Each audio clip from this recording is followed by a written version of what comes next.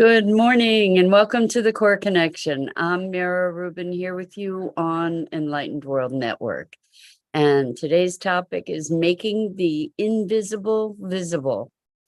It's the things that we don't see, these underlying assumptions that shape our experience and our responses and our policies and all kinds of systems. And as long as those assumptions are invisible, we don't get to notice how misdirected our policies and solutions might be. So should be an interesting conversation. Good morning, Rosalind, TGIF. Happy Friday to you.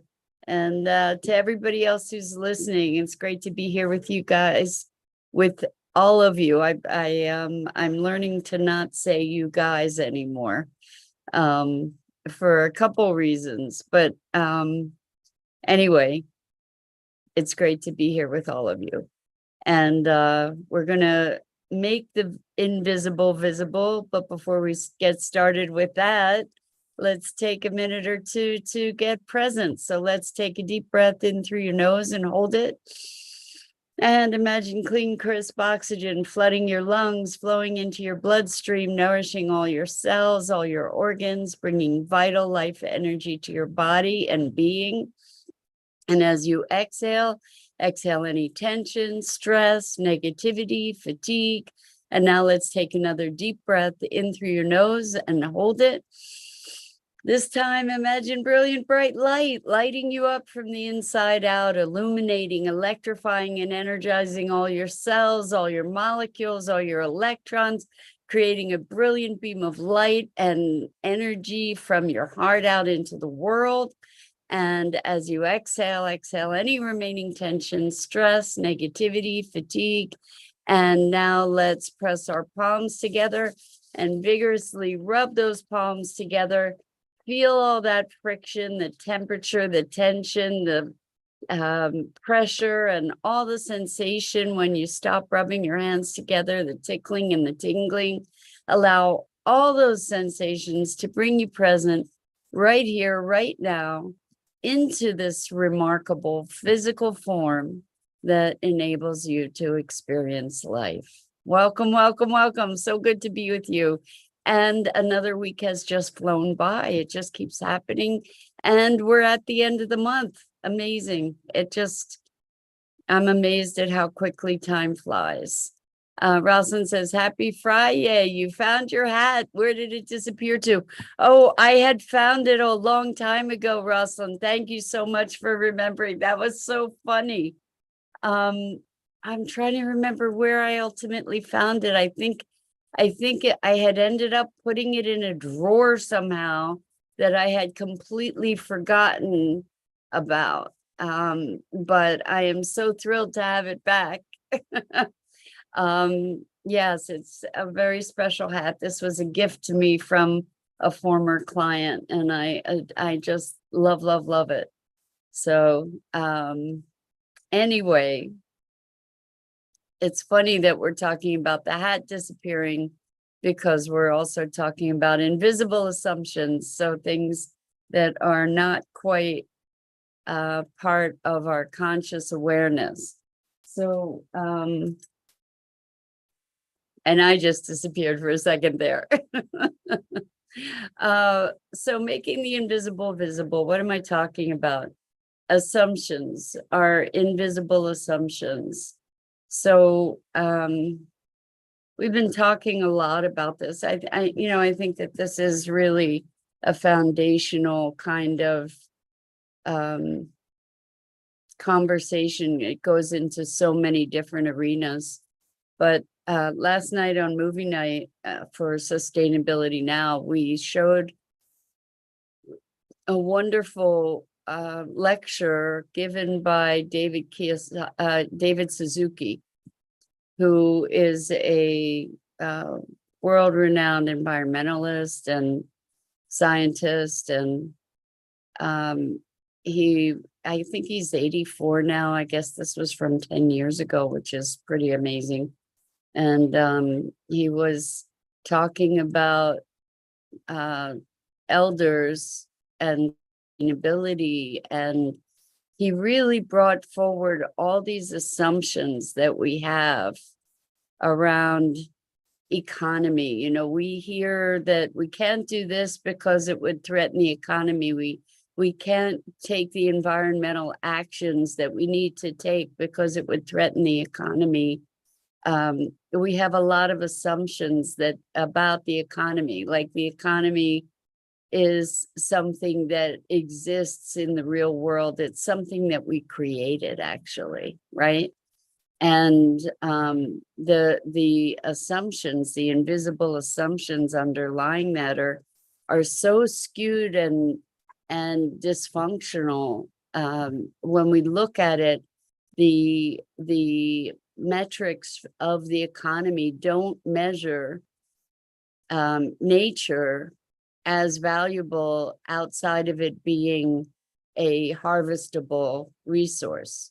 So, for instance, we don't value the water in a lake for the sake of the lake and the creatures that live in it and the ecosystems that depend on it. We don't value trees for we're starting to, but for what they produce, we value them for the lumber that they can become, but we don't value them for their incredibly important, vital, living role in our ecosystem. These things aren't incorporated into our economy. These things are viewed by our economic system as something called externalities. And it's so interesting that the foundational resources for life are viewed as externalities, almost superfluous when they're fundamental. They're not even counted. They're just not counted. Just like the labor of women, primarily women, who are the caregivers and the home tenders and the people who do the keep maintenance of the home and taking care of laundry and preparing food, and those things aren't counted as part of our economy. And yet, without that labor, without that effort, without that contribution, the economy wouldn't function, right? And the same with recognizing the contribution or the importance of nature's natural systems to our air and our water and our earth and our food. I mean, these are things that we feel that it's okay for corporations to pollute the water and pollute the air and pollute our soils because they need to make money, but we aren't recognizing, which is insanity, right? We're not recognizing that our life literally depends on these things that that we're giving license to corporations to destroy for all of humanity. It's crazy. So this speech, if you look up David Suzuki Elder's speech, you'll find it. I think it's available on YouTube. It's also available through an organization called Films for Action. But he talked about the craziness of so many of our assumptions that we just assume that that's true. We assume that the economy's built on this crazy supposition that or foundation of unending growth. And he made such a wonderful analogy. When we look at a cell that is reproducing and reproducing and reproducing and reproducing, ultimately that cell kills the host if we don't route it out, right? That's what we call cancer, right? And yet our model for our economy is an ever-growing consumer structure that is completely unsustainable on a finite planet with finite resources, right? So very, very, very interesting. We also have assumptions that we are separate. It's a dog eat dog world kind of idea. And so many of our policies are built on those kinds of assumptions. You know, our consumerism is built on the notion of more being better, you know, that we can extract our own intrinsic value and joy from things rather than quality of life. And he gave a wonderful, wonderful example in the film of this advertisement he had come across that said, oh, you know, prices are up for houses. Now's a good time to sell up. In other words, to sell your property and then be able to get a better property, so to speak. And he was thinking about what would he describe in the listing of the property that made the property valuable. And it was so profound and moving, because the things that made his property so valuable to him, his home, that made it his home, were things like that his father had built a cabinet, and when they made this house, or when they bought this house, he installed the cabinet. The cabinet doesn't fit very well, he said, but every time he opens that cabinet, his father is there. And there are ashes on the property from some beloved relatives. And there's a wonderful pet cemetery that his children made from animals that they had found in the road, or animals who had died, and they made this cemetery in honor of the animals, and all these beautiful things. Good morning, Kimberly. It's been a while. So good to have you here with us. Welcome. So all these things are the things that provided the value, the connection, the importance of this property to him. And none of those things were things that would make it a valuable property necessarily to somebody who was purchasing it, you know. And so really what he was talking about was establishing, really bringing ourselves back to our values. He was talking about how eco means home, ultimately.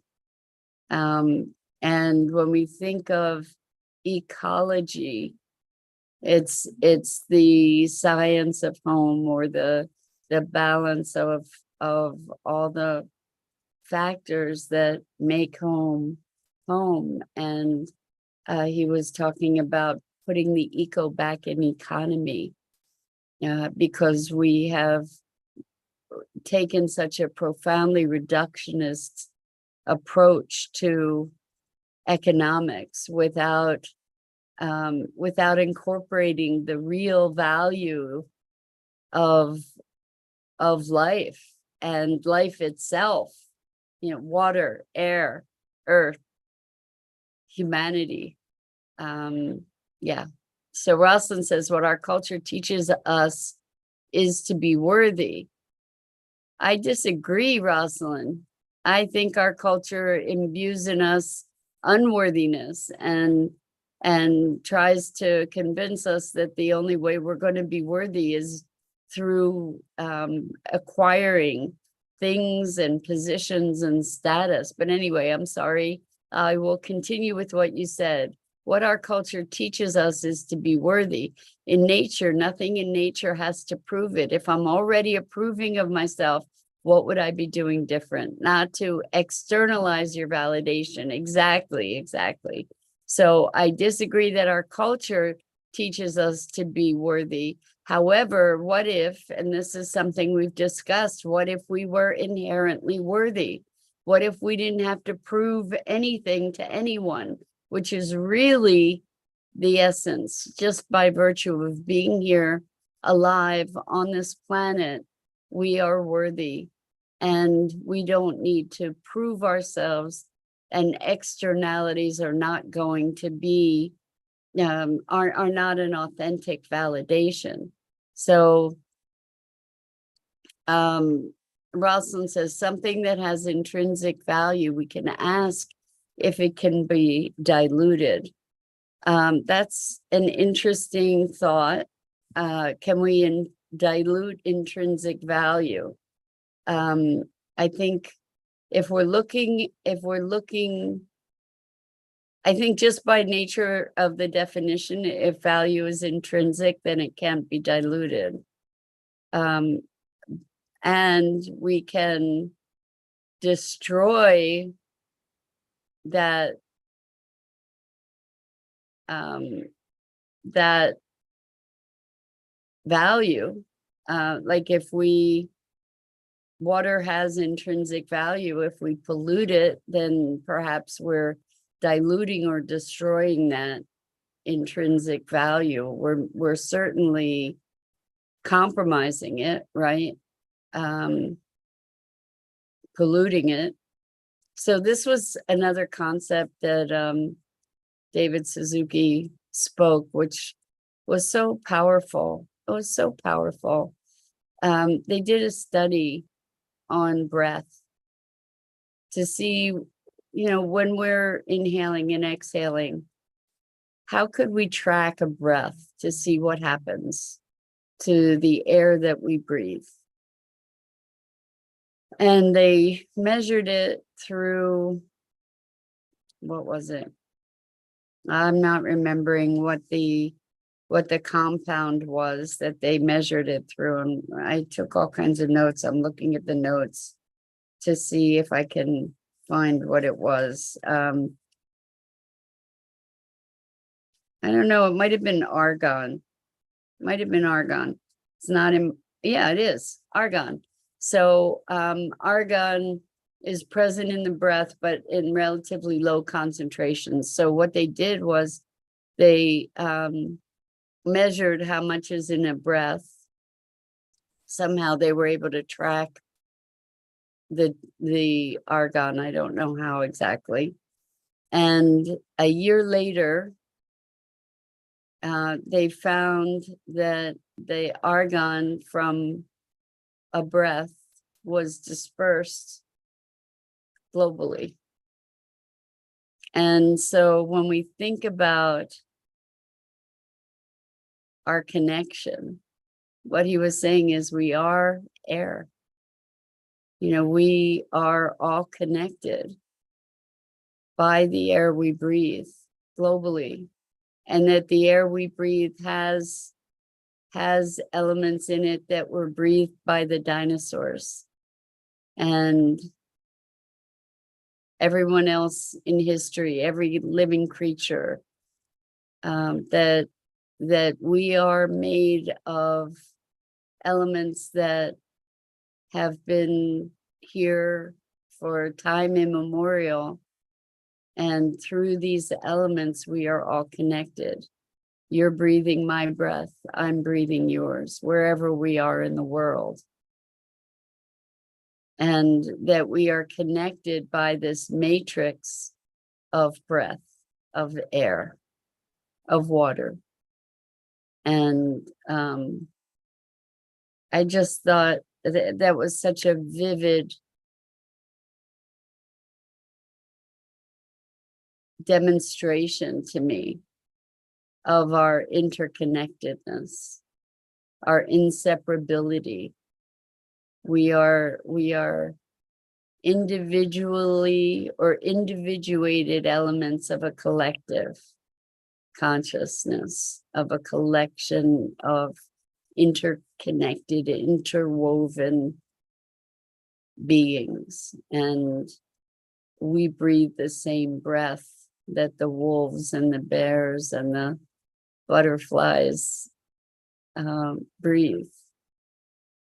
It's just remarkable to think about life that way.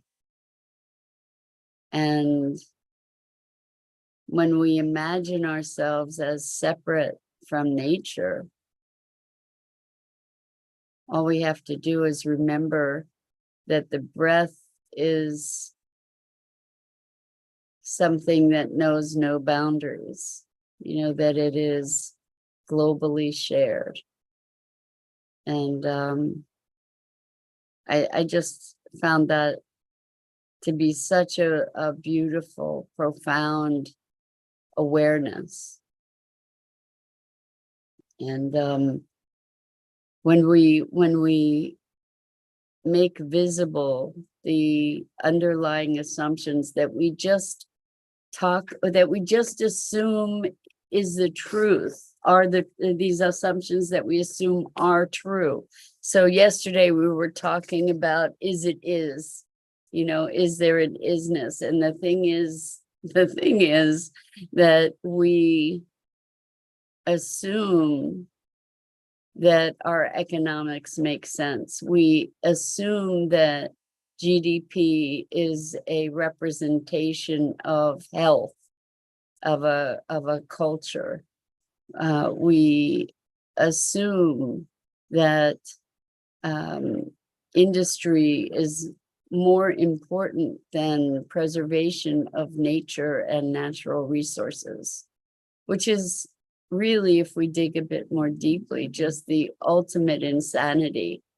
Because if we're destroying our air and our water, we're destroying the source of our existence and the foundation. So it's interesting, in my family growing up, it was all about money. Anything I did, my dad would say, well, are you making money at it? Or how much are you charging? Or are you getting paid? And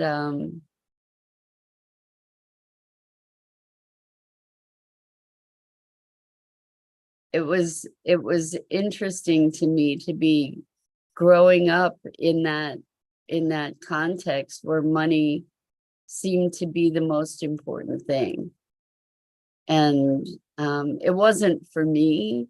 In fact, that focus on money was so intense that I rebelled against it and had a lot of issues with money as a result that I got to overcome in order to allow myself to be able to make a decent living. But the skewed cultural significance that we lend to money and more is so toxic. Oh, Bernadette, thank you for showing up and saying hello. Bernadette says, we trust in what people tell us to be the truth if we know no difference. And so this is just really important to be looking at the invisible assumptions that we have. And we have certain assumptions about health. We have certain assumptions about law. We have certain assumptions about the nature of people. And these assumptions are different for different people. We don't all have the same assumptions. But the thing is that we're operating from these assumptions as if they're true. And it's so important to provide yourself with the opportunity to question your assumptions so that you can grow, so that we as a world, we as a culture, we as a life form can grow. We need to question our assumptions, and particularly now because it's so vividly apparent how dysfunctional so many of our systems are. I mean, look at our systems have gotten us to this place in the world where we are on the precipice of destruction that is irreversible. I mean, we're teetering on the edge there. We need to wake up. We need to change things. We need to imagine new possibilities, new systems, not based on the old systems that are founded on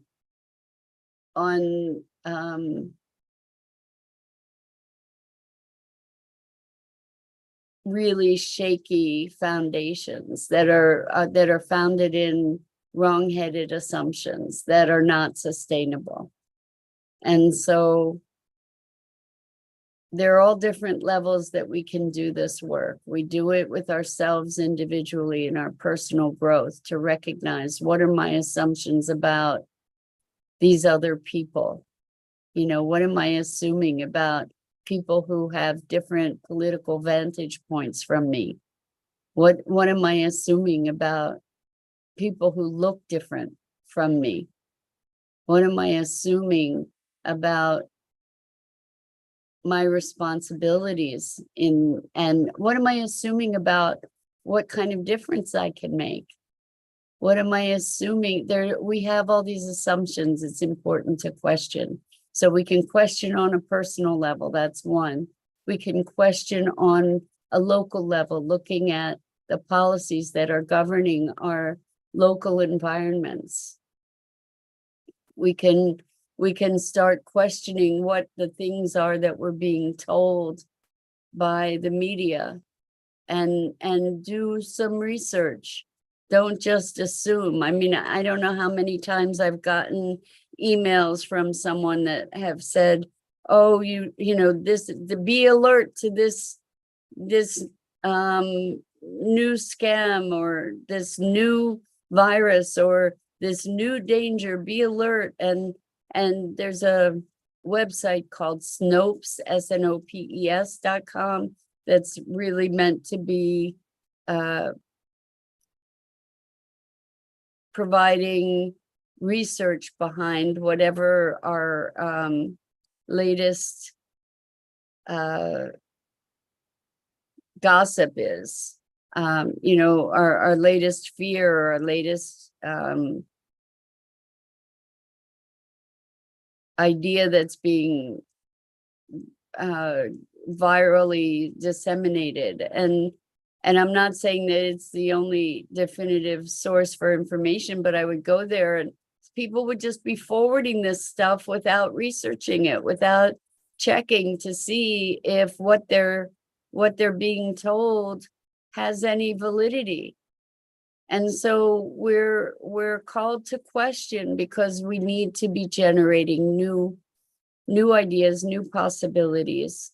And so as you go into your weekend, I invite you to notice assumptions. Notice the things that you're taking for granted as true that maybe you've never questioned. And in questioning it, there's room for deeper understanding. So I invite you to check into something that you just had assumed previously, to find out what might be behind it, what might be available to you beyond the obvious. And so that's it for today. I'm Mira Rubin. This is the Core Connection. And I go live each weekday morning here on the Enlightened World Network Facebook page and YouTube channel at 9 a.m. Eastern. And I invite you to check out all the other awesome programming on Enlightened World Network, EWN One with the Earth, Enlightened World Living. April, how wonderful to have you joining us. Welcome. And a beautiful weekend to all of you. I so appreciate your engagement, your thoughtfulness, your willingness to entertain these ideas and thoughts and expand yourself and your consciousness. And I have so much love and appreciation for you.